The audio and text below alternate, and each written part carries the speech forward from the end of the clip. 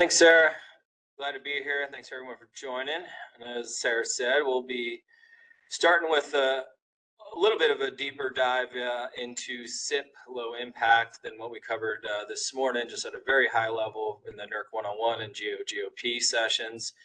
Then we're going to circle back and actually just talk about some cybersecurity basics and hopefully demystify, uncomplicate what many believe to be very complicated and ever-changing, which part of that's true, but we can boil it down to some more simple terms and simple understandings for everyone. And then kind of pivot back to a little bit more technical or nuanced discussion around some contracting considerations. We'll look at some good, bad, and ugly regarding SCADA and network architecture, contract language that we're seeing out there today, and then just talk about some network architecture basics as it relates to a SCADA system, either at a generation facility or a control center.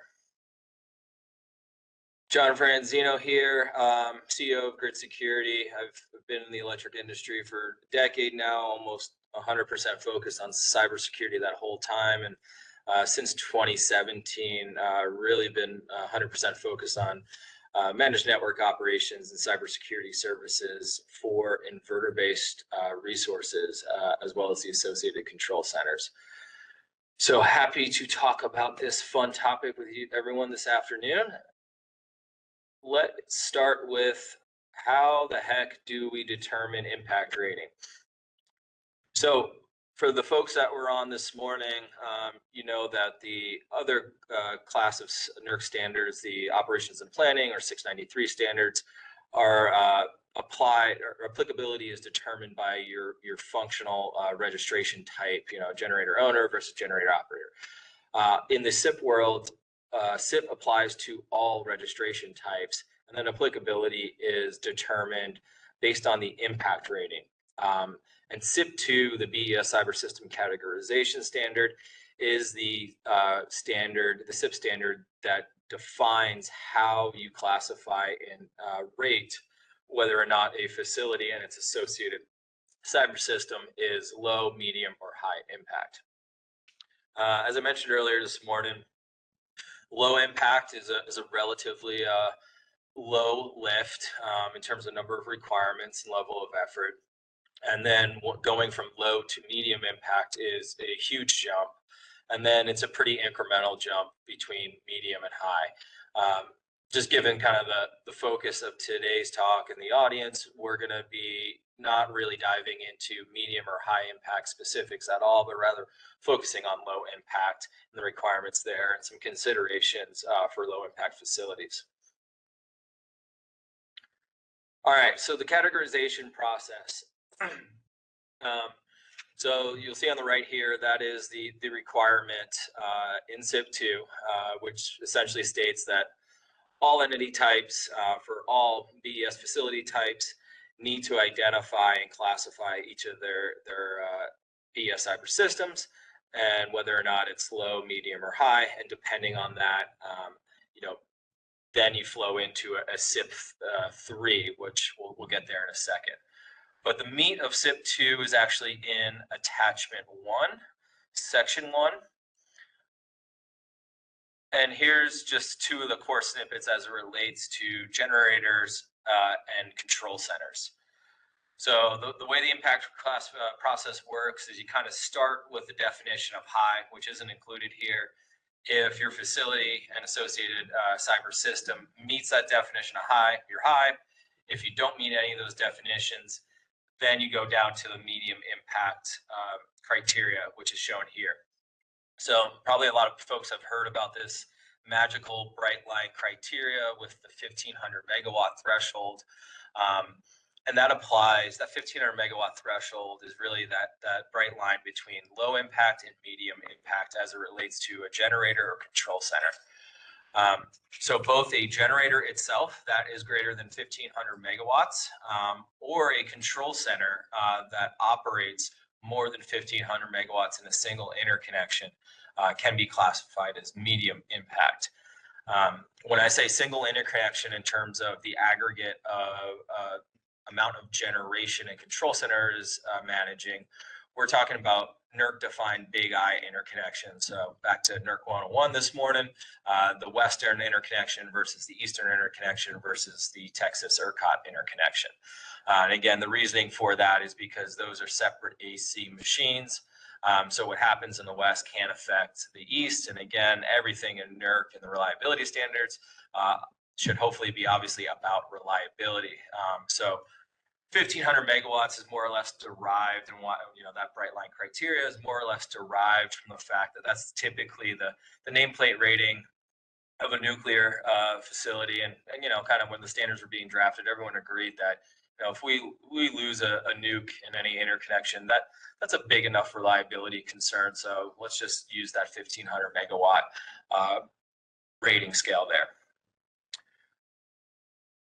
If either the facility itself isn't 1,500 megawatts, and 3-5 years ago I said we'll probably never see an inverter-based resource at the generator level that meets the medium impact rating.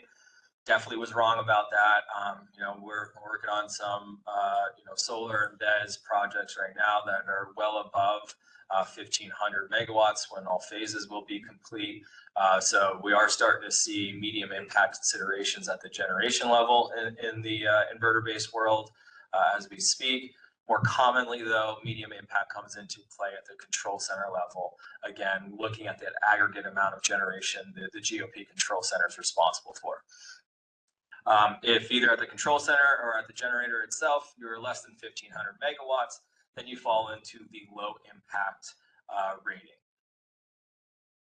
Before we dive into the details of the low impact requirements, I think it's important to kind of draw these lines in the sand, because I see this as a common misconception, especially in the earlier days, so to speak, of inverter-based resources, where either the owner, the GO, or the GOP thought that because one of them had, a medium impact control center, let's say, that then medium impact requirements or maybe the medium impact program and controls magically flowed down to the site level. That's not true. So when we're talking about GOP versus GO and in regards to CIP requirements, it essentially all starts and ends at the firewalls, the network perimeter for that asset. So at the control center side, the GOP side, that control center firewall, and then the network and all the devices behind that is going to be part of that GOP's BES cyber system. And then between that and over the backbone of the internet or other communication networks, if you have a private network like many utilities do, CIP does not apply. So the original standards drafting team were kind of smart enough to realize we can't control what happens on the backbone of the internet, right? So there's no CIP between these two firewalls, no CIP requirements between the two firewalls at the control center, the generation site. Once we're down at the generation site, again, at that site level firewall that defines the edge, the perimeter, the network perimeter, that's where the generator owner's BES cyber system starts and where CIP responsibilities start. So even though the CIP standards are the same for a low impact GOP and a low impact GO, they are separate programs and different entities have responsibility for those programs. All right, now let's dive into some of the CIP Low requirements. And sorry, actually, quick housekeeping, a few minutes late here. I don't know if Sarah said it on this one, but feel free to ask questions in the chat throughout the presentation. We'll address your questions as they come up. Otherwise, everyone will get unmuted at the end to ask questions if you prefer to ask questions verbally. Okay. So this is a lot of words on a slide, so don't worry, we'll break it down. But the good news is this is all of the currently enforceable CIP low impact requirements. So while it's a busy slide, a lot of words on a slide, in the scheme of things, it's not that many requirements for CIP low impacts or CIP low impact BES cyber systems, as NERC would say. One thing we do want to highlight, though, is there's an upcoming revision to the standard that will go into enforcement effect April 1st of 2026. that adds in vendor remote access requirements. I was at the NERC GridSec conference last week, and it's actually looking like they're probably going to supersede version 9, and it'll never see the light of day. But the change is, rather than specifying we're only going to focus on managing vendor remote access for low impact, I think they did the smart thing, and it looks like we're moving towards just managing any remote access for low impact cyber systems. So conceptually, nothing changes, because even if it sticks with just vendors, I would strongly recommend, if you're not already managing remote access to your low impact facilities, you should do that for anyone, any human, any device, regardless of if they're a vendor or an internal employee. All right, so we'll just go through some basics with the NERC's language on the left and just some plain English on the right. The security awareness requirement is pretty simple and pretty open-ended, which a lot of the low impact requirements are, which is both good because it allows the entity flexibility and how they implement and meet that requirement, but also bad because it doesn't necessarily give you, the requirement doesn't necessarily give you a lot of guidance on exactly what are you to do.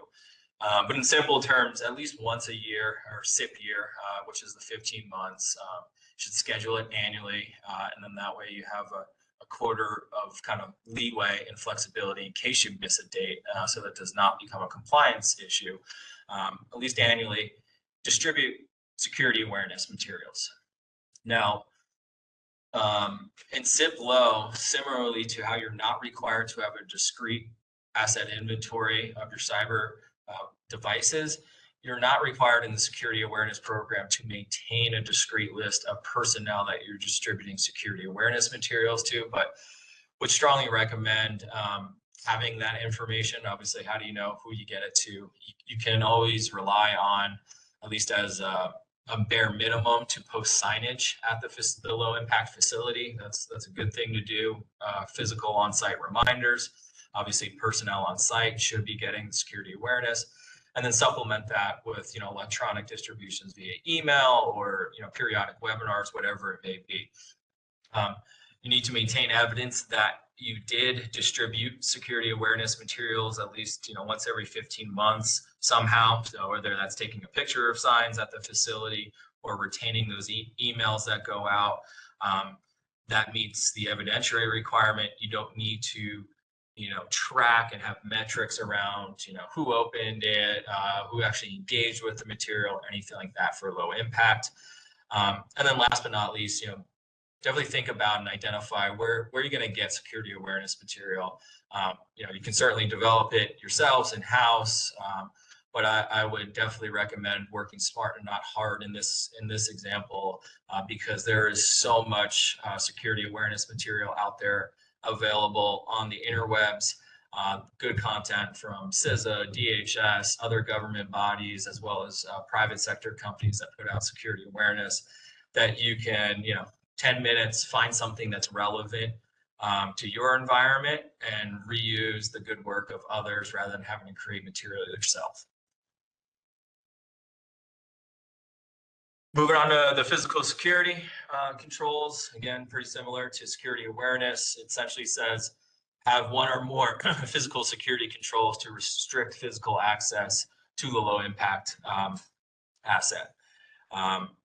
So the requirement never talks about defense in depth explicitly.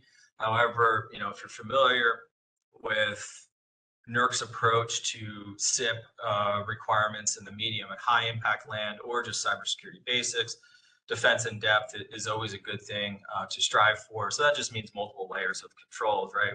Normally you're going to see a perimeter fence, then inside that, a locked substation where racks of cyber equipment are, et cetera, et cetera.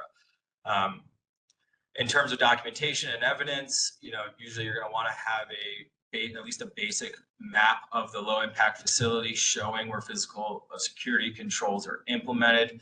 And then make sure that there's coordination and training with on-site teams, right? So If we're talking about a generation asset, again, as we talked about earlier this morning, that is the generator owner's requirement here. All of what we're talking about is the generator ownership program. However, in more cases than not, there is a separate entity that is performing boots on the ground O&M services. And so they're going to be the eyes and ears and gatekeepers, literally and figuratively, for your physical security program. So making sure they're aware of the process.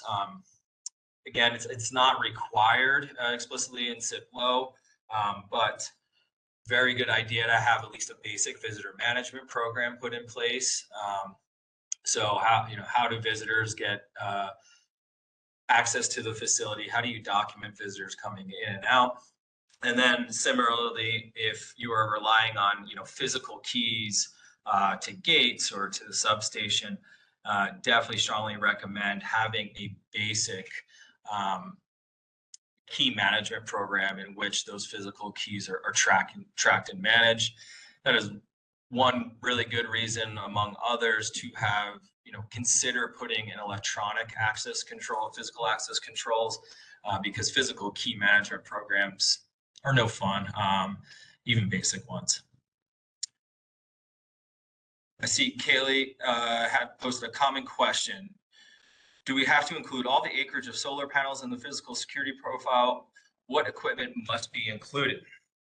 Yeah, great question. So when we're talking about everything in terms of CIP low impact or CIP in general, those CIP requirements, the CIP physical security, right, applies to the BES cyber system associated with the asset. So one thing I didn't get into the weeds on just because of time is really when we went through that CIP2 classification process, we were actually rating the impact level of the physical asset. So the substation or the control center or the generation site. Then each of those physical assets have one or more BES cyber systems associated with it. So, Kaylee, to that question, I would say, if to show defense in depth, I normally would show the full acreage, right? Because vast majority of facilities, solar facilities or wind facilities, they have perimeter fencing around the whole array, right? So that is one physical security control you can take credit for. That's just usually already there. And that's going to be on the perimeter of the array. And then two, because you do have networks and cyber devices, programmable devices like inverters and tracker controllers and met stations that are part of the network of the facility and thus part of the BES cyber system in the field, in the array. Strongly recommend showing what controls are around the array. Now, the heart of the BES cyber system is normally going to be in the control house or substation building. And again, going back to defense in depth, usually that has that's an enclosed building with separate lock and key or electronic access, key card readers. So you definitely want to show that layer as well. Kaylee, anything I didn't touch on that we want to make sure we hit there? I realize you might be muted, so I'll keep going. Chime in. He is okay. muted. All right, moving on to section 3, the electronic access controls. What this boils down to is having a firewall. I mean, technically, you can have another device like a router or something else that performs basic firewalling functionality. And when I say firewalling functionality, I mean has the ability to restrict and control network communications. However, in 2024, given, forget compliance for a second, given the actual security threats and risk and the fact that most of these facilities are not on private networks between the generator and a control center, but rather using the backbone of the public internet, strongly recommend having a firewall. And we'll talk about this aspect later, but probably having a pair of firewalls set up in a high availability fashion so that if one fails, you don't lose your whole network. Again, just given the risk, and also weighing against the cost of where you can get, how cheaply you can get capable firewalls for networks of this size. I would strongly recommend not relying on something like a router that has very limited functionality when it comes to firewalls. You have to actually configure a firewall. So just putting a firewall there doesn't do anything for security risk management and doesn't do anything for meeting the electronic access controls and low impact. But that firewall has to be actually configured to only allow the necessary inbound and outbound communications. So this means, said in other words, the WAN, wide area network, aka the outside of the site network, to the inside, the LAN, the local area network. Those are the most critical rules to restrict and control, both from a compliance standpoint and a security risk standpoint. Now, you should definitely still have separate security zones or separate VLANs, subnets, whatever you want to call it, within your local area network. But as far as meeting the CIP Low Section 3 electronic access controls requirement, it's only focused on those inbound, outbound, or WAN to LAN communication policies. One other thing I'll quickly touch on is that strongly recommend, from a documentation and evidence management standpoint, that you're actually putting the justification and operational reason for allowing inbound or outbound communications in the configuration of the firewall. Every firewall, for every rule, you have the ability to put a description associated with that rule in there. That way, if you put your justifications into the config itself, you're reducing the risk of losing that separate spreadsheet that has those justifications, right? That way, worst case scenario, you can always pull the actual running config from the firewall, and you have your full evidence set you need for audit or self-certification. Not to mention just helping keep network engineers sane, so they actually understand who put what rule in and why did they put it in. So we already kind of touched on high availability, redundancy. Again, that's outside the scope from a CIP electronic access control standpoint, but strongly consider and recommend that just because the only reason security exists is to support the business, support operations, right? So we want to make sure, and we'll touch on this in a subsequent section in more detail, but we're not just designing a network to meet the CIP compliance requirements, but we're designing a network that is both secure and resilient. During the design phase, as these projects, get built, designed, and move into commissioning construction, there's a lot of different parties involved, right? So the EPC typically has the full scope, but then subs out, to a SCADA integrator. Then there might be a high voltage contractor, and oftentimes these different subcontractors have small different pieces of the network scope. Strongly recommend you do some due diligence up front to understand how are all those pieces going to work together, and that there's heavy coordination between those different parties, because you want one cohesive network, both from an operations and security standpoint, not a hodgepodge piecemeal of 5 different entities, networks put together at the 11th hour. Even though, as I mentioned earlier, you're not explicitly required to have an asset inventory, cyber asset inventory for low impact. It's that age-old adage of you can't protect, you can't secure what you don't know exists, right? So you have to have some semblance of an asset inventory, IP sheet, right? Subnetting sheets and all that, and also physical port documentation. Oftentimes we see the SCADA packages are just really lacking in the level of detail necessary for both security and network operations long term.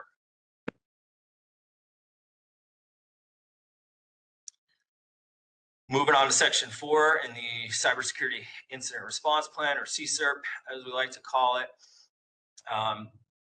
This requirement and this plan, while usually there's going to be some technical details included in the plan, and that's all well and good, first and foremost, it's really a communication and coordination plan, right?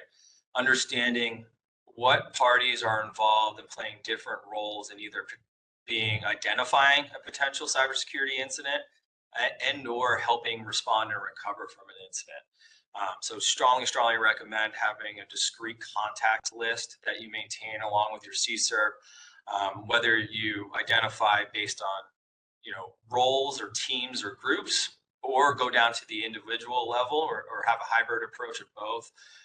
Having that cheat sheet and matrix of who's who in their relationship to the incident response plan and how do you contact them is imperative. And also, making sure you understand how are we going to stay in coordination and contact during an incident before an incident occurs is super important as well, which is why one of the requirements for the CIP Low Impact is to ensure periodically test your plan. So this is one of the requirements that you definitely want to conduct your first tabletop exercise prior to initial registration, and at the very, very minimum, reconduct an exercise at least once every 3 years. If you are unfortunate enough to experience an actual cybersecurity incident, the response to the actual incident can be used as meeting the periodic testing requirement. And you do have to ensure you're documenting lessons learned and updating the plan following a real incident or a test of the plan.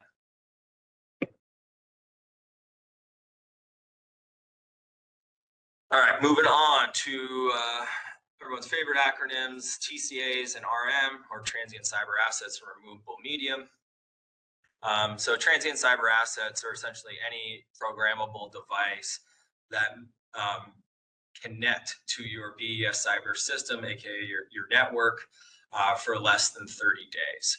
So, think technicians' laptops, OEM vendors that need to come on site periodically. And there needs to be a process to verify and vet their device to ensure you're reducing and managing the risk of that device introducing malicious code or malware into the network. I don't have a slide on this, but we'll quickly just mention maybe an event that many people are aware of that happened, I think 2010, which was Stuxnet and the uranium enrichment facility in Iran. And, we used to have air gap networks. We don't have air gap networks really anywhere in the utility sector, especially not in IBRs, but we used to have an air gap network. So great, nothing can get in remotely. We have a strong, impenetrable perimeter. But the big risk then in those types of environments was something coming into the inside, either on a laptop or thumb drive, removable media hard drive, right? So same thing applies here, although of course that's not our only risk we're managing anymore with all the remote access and connectivity that's present at these facilities.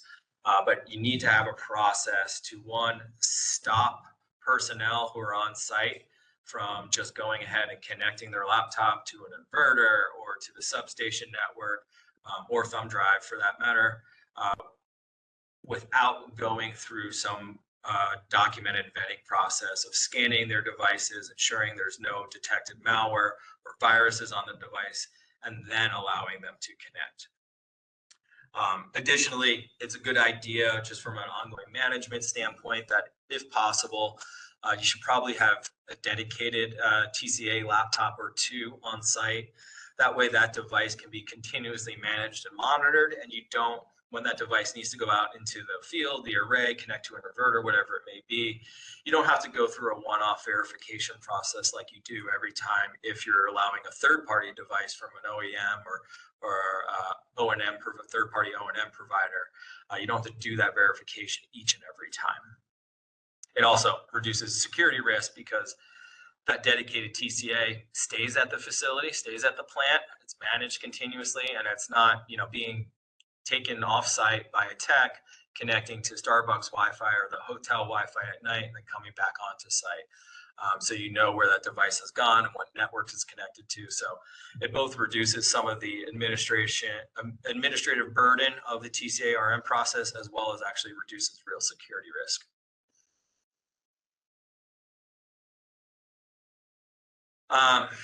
One thing I want to harp on here in terms of like how do we practically manage this during different phases of a project.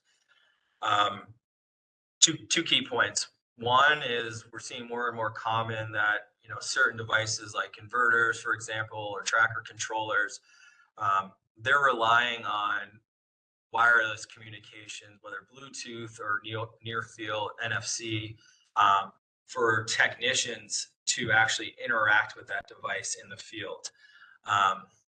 So sometimes, and we have many facilities now where like you have to use an iPad or some other device and actually enable wireless connectivity in order to connect to those devices for operational reasons. So, you know, be aware of that. Make sure the questions are being asked to the OEMs during the design of the facility to understand, you know, how are the O&M teams going to interact with that device, and what does that mean from a TCA or RM standpoint? Then, especially as facility size gets larger and larger, most of these projects are coming on in phases, which means the facility will most likely be registered with NERC, and thus these CIP requirements are enforceable while construction is still going on different parts of the facility.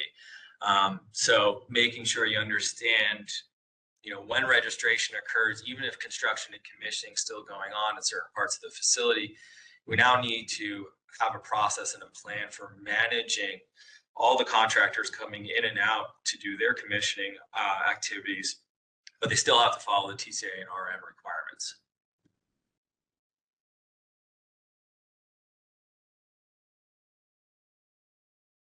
All right, just real quick on the future enforceable next year. So remote access management of all the existing CIP Low Impact requirements we just discussed. From a technical, this one is the most technical, requiring, you know, some semblance of network monitoring and network controls if you don't already have those in place at your facility.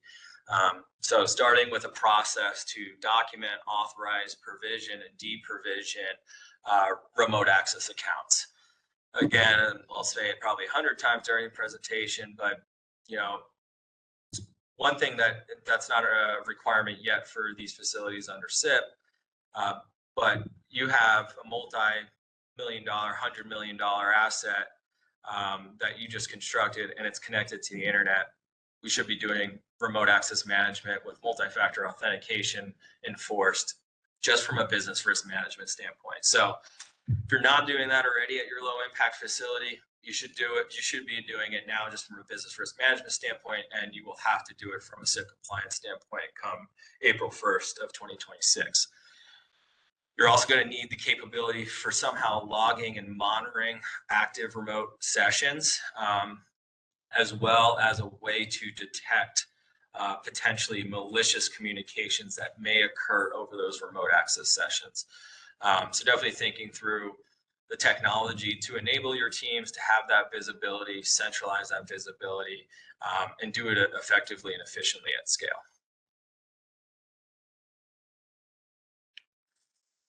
All right, so that was it on just the quick CIP Low requirement review, and now we're gonna kind of circle back in a way and just talk about cybersecurity basics.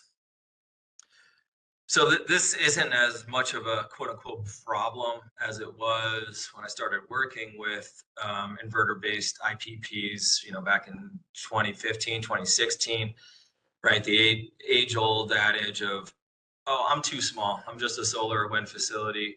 Who cares? You know, nobody's going to target us. You know, there's a little truth to that, but at the same time, you know, a big risk that we'll talk about, it's not a targeted attack necessarily. That's the risk that the industry as a whole is working towards managing and mitigating. But the risk from a business and operations standpoint is the fact that these facilities are connected to the internet. Ransomware is a thing, right? There are just bots out there just crawling the for internet connected devices that have vulnerabilities to exploit them and try to make some money. So just because an event hasn't happened at your facility doesn't mean everything's okay, as this great cartoon enumerates and highlights.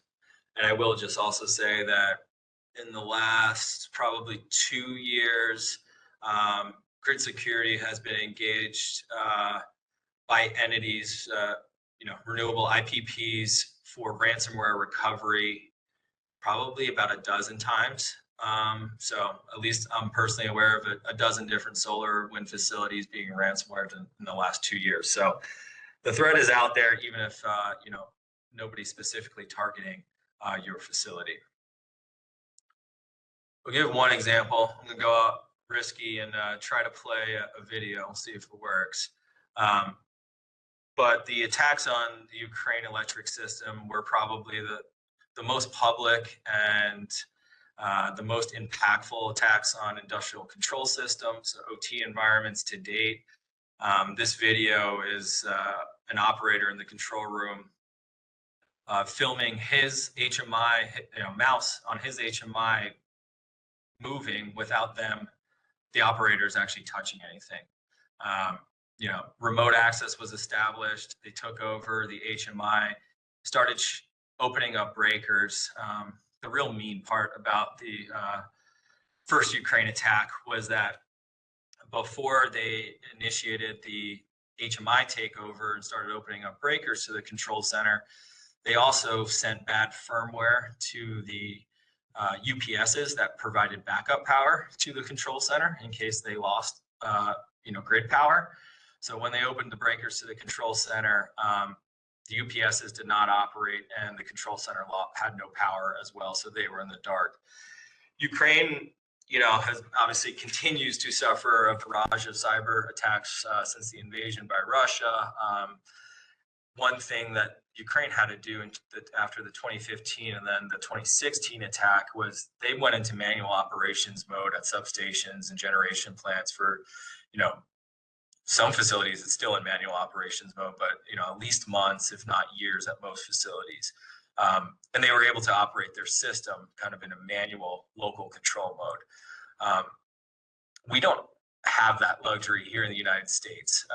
It is too complicated and too big of a system that, if utility, transmission operators, generator operators, we lose remote visibility and remote control, we can't deploy enough bodies in a coordinated fashion to go operate everything locally. So it's a big risk that needs to be managed. We talked about this a little bit. What's changed? Well, we used to have air-gapped networks, or at least from a remote connectivity standpoint, private networks that vertically integrated utilities owned and controlled. And now we've moved to a world, especially in the IVR space, of which these facilities are being controlled and monitored over the backbone of the internet.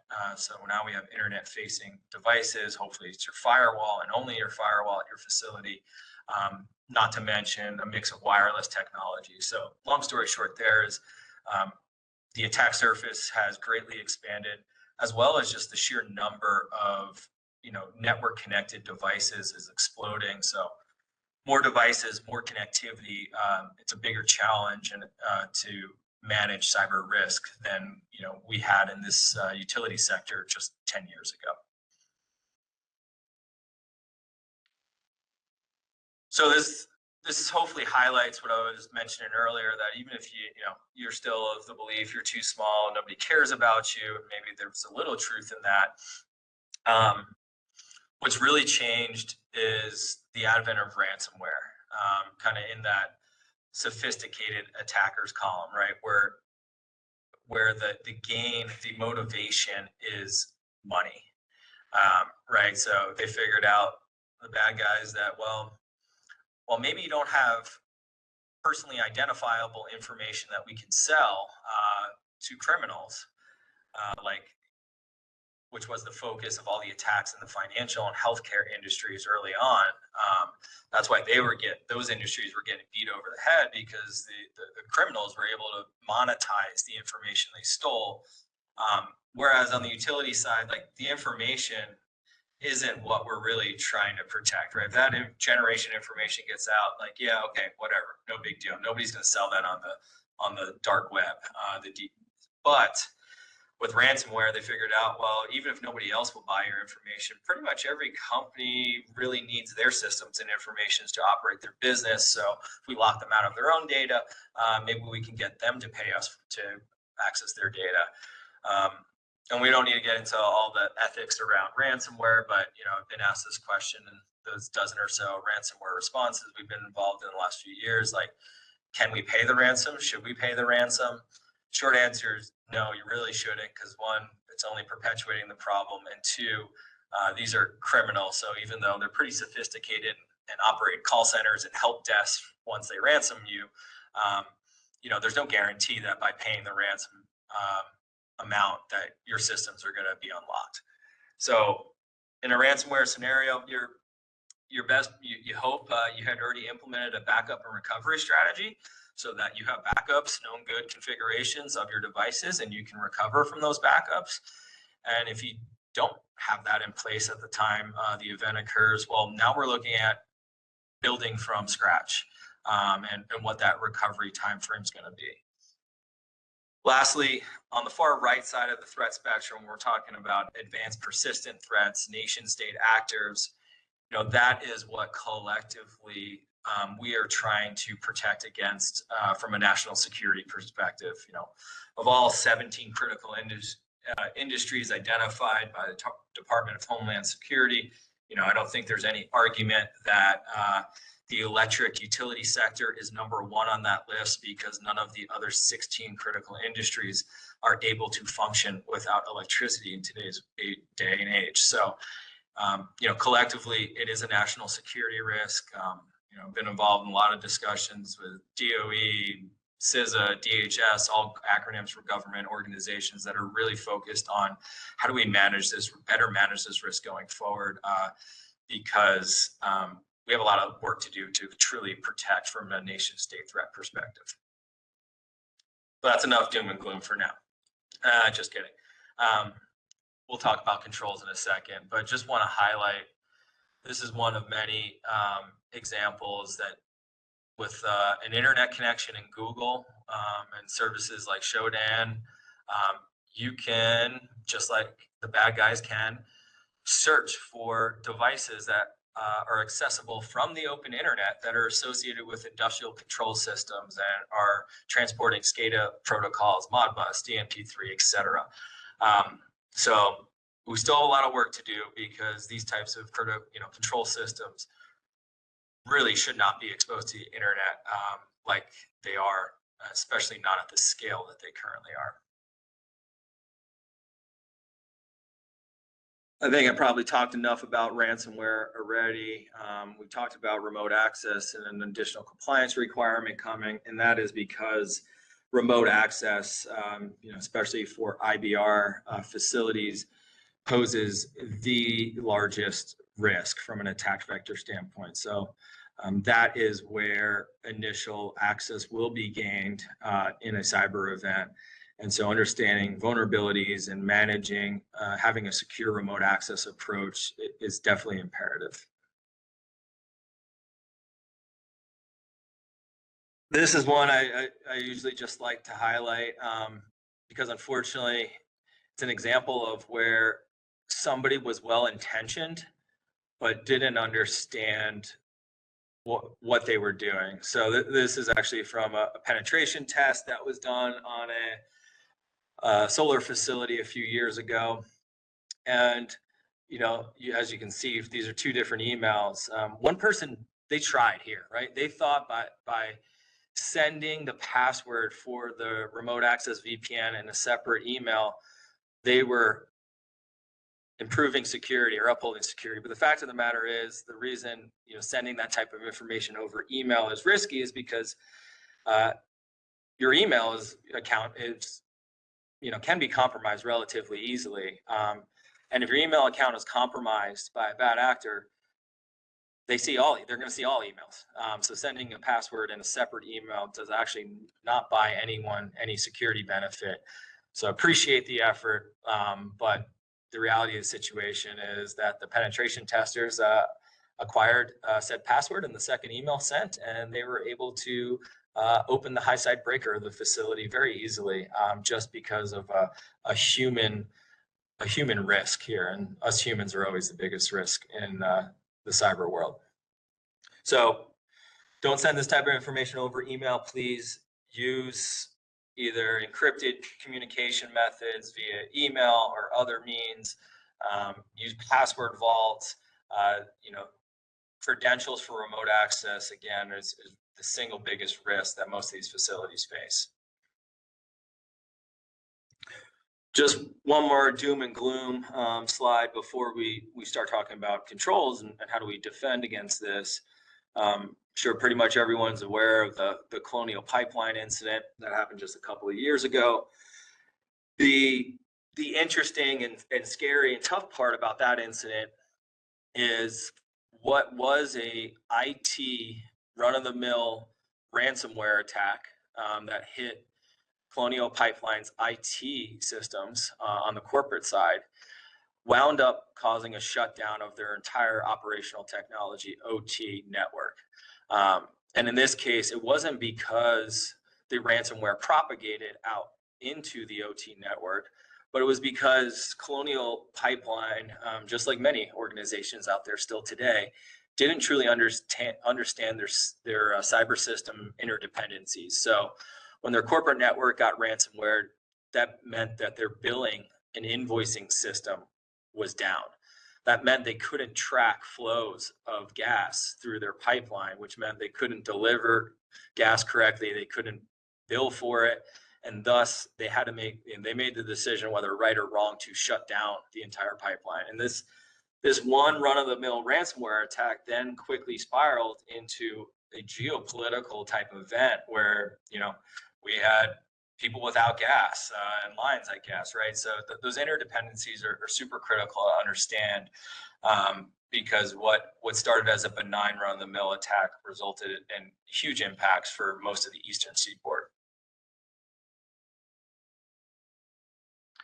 Okay, we're not going to go into all these controls, but really what I want to highlight here, and I don't know if you can see it, but like this infographic is from the UK government, right? And one of the key points I want to highlight that is, while cybersecurity is technically complex once you get under the hood, the threats are evolving and increasing in volume and all of that fun, that it's not rocket science.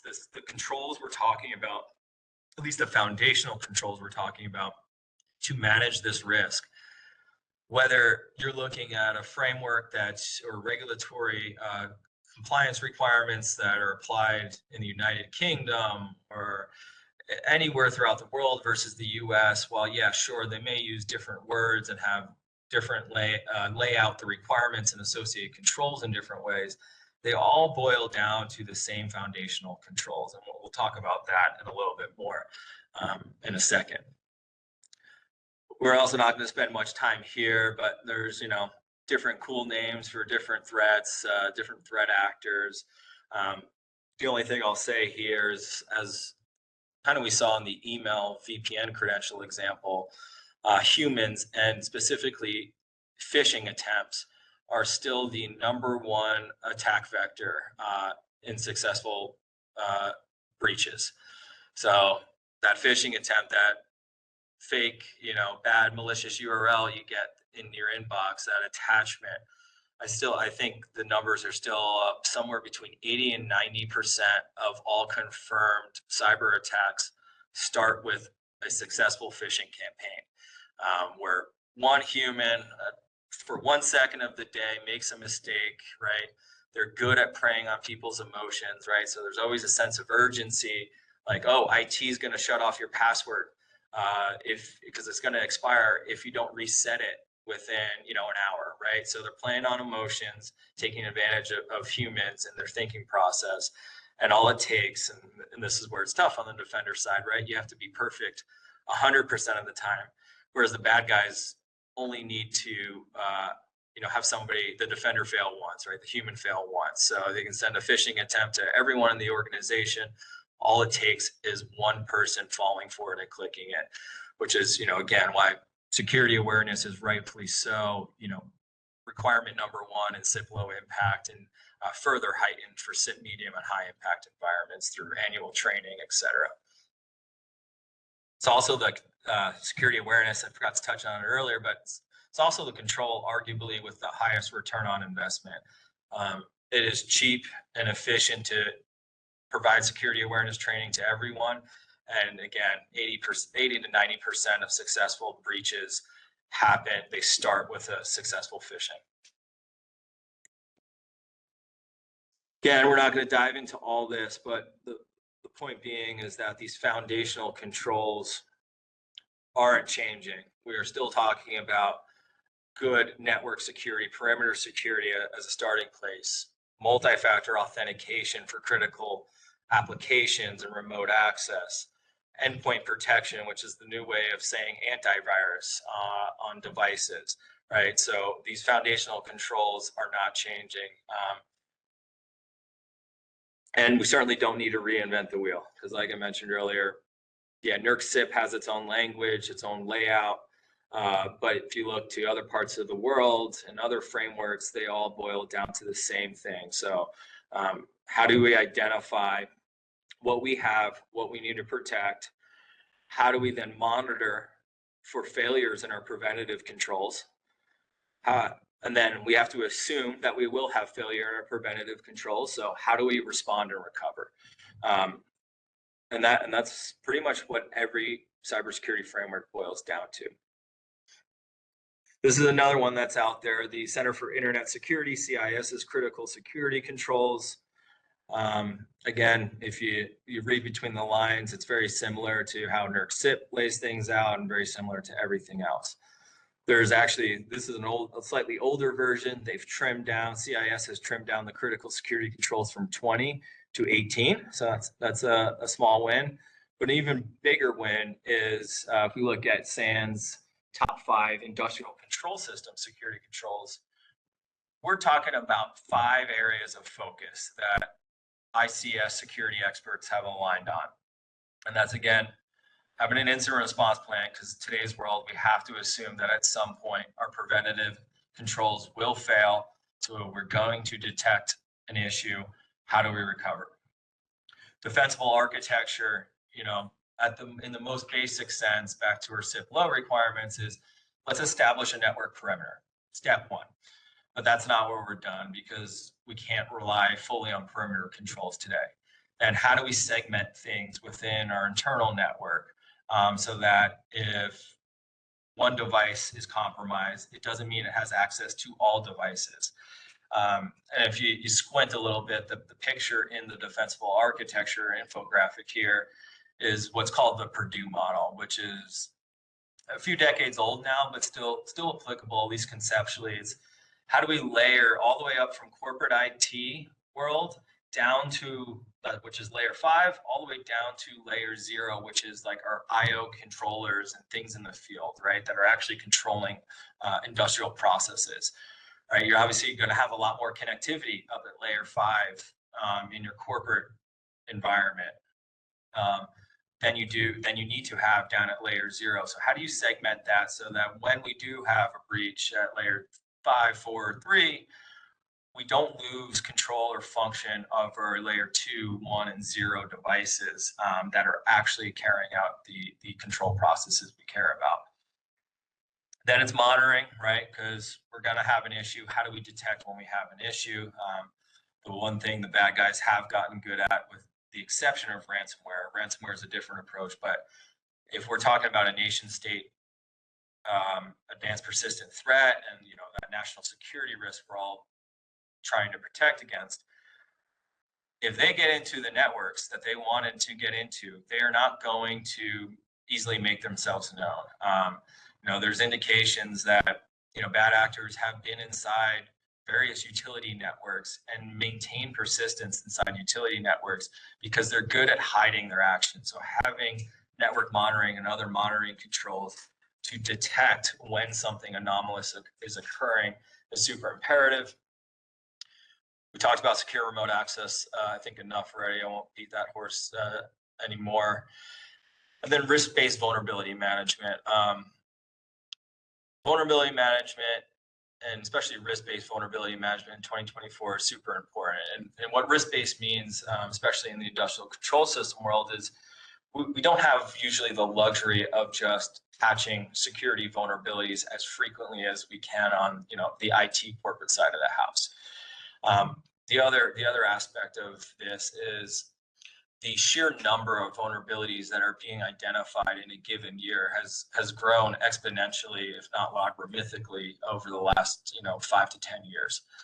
So The old way of doing it was, hey, if we identify a vulnerability, we need to address it. If it's a critical, quote unquote, critical vulnerability as rated by the CVSS scoring system.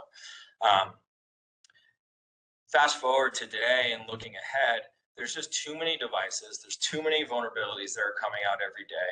You really have to take a risk-based approach, right? And that starts again with identifying what are the crown jewels? What are my critical assets? What do I really care from a business operations standpoint? And what is that device's exposure? Do we have indication that this vulnerability is actually being exploited out in the wild, as they say? So all of these supporting details to inform really what do you need to patch and how do you prioritize patching and remediating vulnerability. So, and that could be a whole hour and a half discussion on its own, but I'll leave it at that for now. All right, IBR specifics. So there's been a lot of focus recently, worked with NERC and CIA and some of the national labs on this, but the spoiler alert is that, again, none of these foundational controls are changing or specific to IBRs. That's a good thing. We're still talking about asset inventories. We're still talking about network security. We're still talking about endpoint protection. We're still talking about secure remote access, etc. And I think, as everyone's already aware, with the lowering of the registration threshold for inverter-based resources, coming up, and Kaylee and Ben will speak on that in more depth here in an hour or so.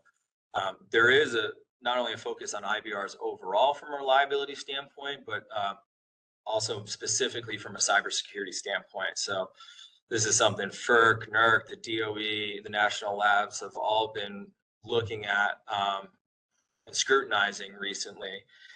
And what collectively, we want to do is make sure, we don't end up on the front page of the newspaper, ensure that we're upholding reliability of the bulk power system, and ensure that we're all doing our part to uphold national security. So there's been, this is one of now, multiple confirmed cybersecurity incidents on inverter-based resources. But the job here, the goal here is to not end up on the front page of the newspaper. All right, we're going to transition topics here. Talk about some of the contracting specifications as it relates to cybersecurity that we're seeing. So I think it's super important because obviously the further upstream we can go in the contracting process, then to the design process, before we get to construction, commissioning, and then long-term operations, and actually integrate security, the better everyone is at the end of the day. So it all starts with specifications, right? And the requirements for different facilities. And that's part of the challenge, right? Everyone has information overload in the cyber world these days. There's 100 frameworks. There's too many technical guidelines. And then the same thing's happening on the contract requirements side, right? You have cyber requirements coming and sneaking their way into LGIAs, PPAs, then with the EPC, the developers, EPC, RFP and specs, and then, so on and so forth. So the punchline here is that it's not just NERC compliance that we have to worry about. It's also contract compliance that needs to be reviewed as well, and what cyber requirements are hidden in there. Unfortunately, since cyber has had a lot of attention in recent years, and pretty much every organization has to realize this is a business risk that they need to manage, just like anything else in their world. How do they manage business risk? Usually starts with contract requirements. The problem is we have a lot of lawyers or procurement folks who rightfully aren't cyber experts. They have a job to manage risk for the business and the entity. And so their approach is throw the kitchen sink at it, right? So I see so many contracts that are telling the contracting party that they have to comply with 5 different competing and conflicting cybersecurity frameworks, all simultaneously. So, if you're involved in that part of the facility's life cycle and that process, we need to be asking those hard questions and making those hard red lines up front, because just signing off on, language such as this, like, it results in a lot of confusion and lack of clarity, which then results in poor security selections, and implementations, not to mention lots of additional cost and headaches for everyone involved. So, if you see very vague language that just says be cyber secure, like this example, you have to ask for clarifying information and make sure that the right people are involved in that part of the process so that we actually understand what really are the requirements and objectives from a cybersecurity standpoint. What colored rock do you want me to build, Mr. Owner, as the EPC, for an example? And it's also good for the owner because you don't want to wind up with a bunch of unique snowflakes from a cybersecurity controls and network architecture standpoint as you build out your portfolio and that portfolio scales. You want to try to get the same colored rock each and every time. So what's some examples of better contract language? It's explicitly stating the requirements. It's not just saying, hey, reduce cybersecurity risk or comply with all these frameworks. It's no, explain to me in the EPC specification, SCADA specification, what requirements does the network architecture need to meet, right? So this one's saying like, no, you can't use routers in lieu of a physical standalone firewall. We talked about a little earlier. You have to segment internal networks using VLANs. You have to implement intrusion detection, et cetera, et cetera. So these actually are actionable contract requirements, unlike the ones we just looked at. Here, more on the contracting side, but from a CIP compliance perspective, right? Really enumerating that RACI matrix of who's responsible for what, I think is super critical. And then understanding everyone's different roles throughout different phases of the project. So this example is, a contract requirement to the EPC, but essentially the same words and the same requirements can apply from the owner to a third-party O&M, right? And I think oftentimes owners or developers who aren't familiar with either the CIP compliance requirements or just cybersecurity in general, sometimes they leave it open-ended and say, well, O&M provider or SCADA integrator, you dictate the security controls and the CIP compliance requirements. But no, the owner, again, as we've talked about throughout the day, the owner, the GO, the registered generator owner, has the CIP compliance responsibility. Sure, they can outsource and contract out activities that support that compliance program, but that compliance liability from NERC lands with the owner. And then to the point of scalability and uniformity across a growing portfolio, the owner should be telling the EPC or other third-party vendors, you're going to comply with my protocols. That's your contractual requirement. You don't get to set your own protocols or do what you want when it comes to remote access or physical security.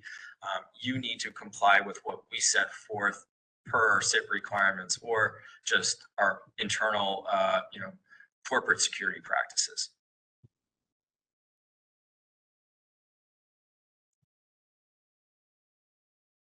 All right, transitioning again just to some very, very basic kind of network fundamentals and design considerations. We've touched on a handful of these already, but definitely worth reiterating.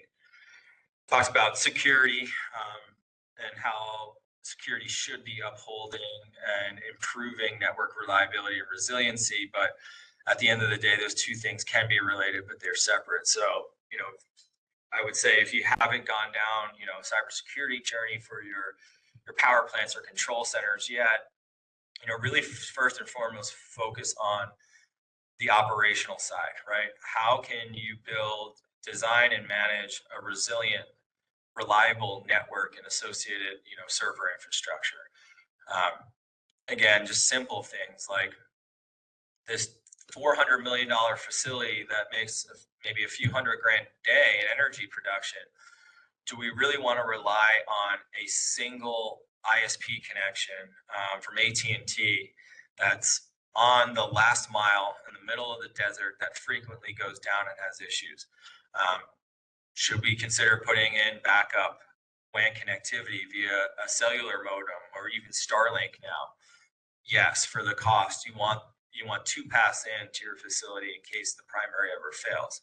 Same concept with core critical devices on your network, like firewalls and switches. For the upfront cost of buying a second one and configuring it to be in a high availability pair, you will make a return on that investment within the first 5 years, because that's another aspect that most owners don't always realize, is that while we're building these facilities for a 30-year-ish lifespan, when we're talking about network devices and compute infrastructure, assume about a 5-year, 5 to 10, maybe if you're lucky, lifespan for those devices, both from how long are they going to be supported by the original manufacturer, as well as just how long can they operate, continuously operate before they have a critical hardware failure and need to be replaced.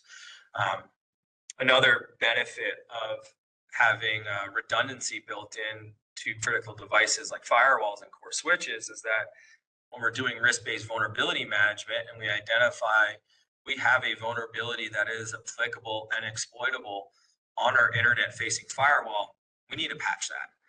And when we patch devices, you typically have to take them off the network, right? They have to reboot, the patch has to apply. When you have firewalls and NHA pair as an example, one is acting as the primary firewall that's actually passing traffic and at a given point in time. So you're able to patch the backup firewall, the secondary firewall that's sitting there waiting to take over in case the primary fails. And then you're able to initiate a failover to that secondary device and patch the primary. So it gives you a lot of operational flexibility and benefits as well. One thing I'll just harp on before moving on to the security side is a huge common problem we see is misconfigured or not configured at all RSTP. And that's a protocol used to manage network loops. So we purposely, and pretty much every IBR facility I've seen purposely establishes a fiber loop to the field network for different feeders and circuits. That means that's a form of redundancy, right? Because that loop actually allows that devices in the field to be accessed through two paths in case one of the paths fails. From a network standpoint, though, if the appropriate configurations and capability, appropriate configurations aren't implemented, or a switch or firewall does not have that configuration capability, that loop actually creates what's called a broadcast storm. So we see a lot of times the selection for the fiber route switches do not have the needed capabilities for managing loops and reducing broadcast storms. So what happens is one device in the network malfunctions and starts sending bad packets, and it takes down that entire field loop, versus just taking, if RSTPs managed and configured properly, we would just lose one device in that loop versus taking down the entire loop. So just from personal experience in our network engineers, the amount of facilities that have recurring broadcast storm issues that don't need to be an issue if the proper equipment was selected and the proper configurations implemented during the design and commissioning phase is scary and outstanding, really scary from what we see out there in the real world. On the security side, I think we touched on most of this, but I'll just harp on the fact that the long-term asset owner needs to be the one dictating, with support or from internal resources, doesn't matter, but they need to be one dictating how are we going to implement the necessary security controls, endpoint protection, centralized logging, etc. Because if you leave it up to the EPC, who's just there to build the site that moves on to the next, you're going to wind up with even if they do implement antivirus or endpoint protection solution, you're going to end up with a hodgepodge solution that is near impossible to manage at scale, and you never actually get the security benefit out of it if you don't have a systematic approach to manage it long term. Because as of most things in life, you don't just buy a security tool and you're done. All of this requires continuous ongoing management and monitoring in order for that tool to be effective. the tools enable humans to be more efficient and do their jobs well. The tool does not actually manage the risk itself.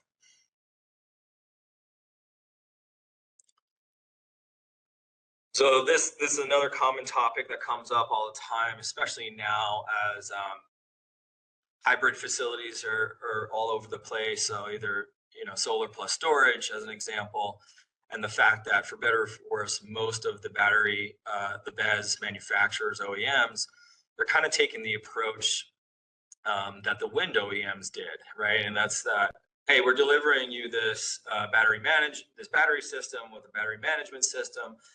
You're purchasing this, Mr. Owner, but actually you don't get any access to this part of the network. This is ours. And if you want to buy this equipment from us, you have to sign up a long-term support and warranty agreement. That is what it is, I guess, and we're not necessarily going to solve that problem. But as a result of that kind of integration and contracting approach, seeing more and more facilities with 2, 3, 4 layers of different firewalls. Yeah, we talked about firewalls are a great tool to use for network security. However, more firewalls doesn't typically, especially in these environments, result in more security. Because now we have the question and discussion of, well, who's responsible for actually managing and maintaining that firewall? Because just like any other tool, the firewall is no good unless it's properly configured, properly managed, and properly monitored. So that's on the security side, where actually more security risk is potentially introduced with more, as you add more and more firewalls, depending on who is or isn't actually managing and monitoring those devices. On the operational side, more firewalls at more layers results in a lot more coordination and operational risk as well. So if you want to open up a new data feed or communication pathway, now we're talking about needing to coordinate the appropriate changes, usually with multiple different parties, on multiple sets of firewalls, which 9 times out of 10 is going to increase the lead time to actually implementing that change successfully, and also just introduce a ton of network complexity that maybe not everyone understands, and it makes troubleshooting really difficult. It makes implementing new capabilities really difficult. So we're definitely fans of firewalls, generally speaking, but more firewalls isn't always a good thing. So you got to understand, why do we have more different firewalls in different places? If they are appropriately configured, they are appropriately managed, great, that works out in the end. But 9 times out of 10 in our experience, that's not what's actually happening. And the more firewalls, the more complexity, the more operational security risk that actually is introduced, versus focusing the attention and the resources to properly managing and monitoring a single firewall pair. That's usually the better bet 9 times out of 10.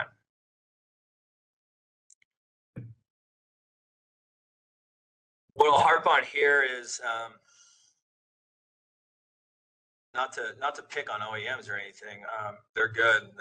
They innovate, they develop and manufacture products that we all need and we use at these facilities, obviously. But we've seen a lot of examples in recent years where through that innovation process, and they mean well, they're implementing new features, new connectivity, an embedded cell modem, maybe that was never documented or communicated to the owner or anyone else.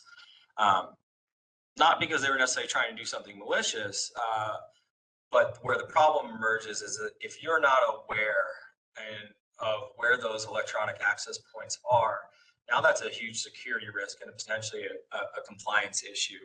If you have an embedded cell modem, let's say in a tracker controller. So it's not that the electronic access point being there is quote unquote just bad by default. It's when it's unknown, undocumented, and not managed. And one other thing I'll say is that often the way that the off-taking utility receives their data from the facility usually is happening directly to the substation network. versus the core plant network many times. And so making sure, and again, maybe there's a different contractor over there. The high voltage contractor handled the substation versus the SCADA integrator handled the core SCADA network. But again, making sure you understand where do we have this remote connectivity. It's not bad that you need that remote connectivity from substation to utility, but you need to understand it's there so it can be appropriately managed and monitored.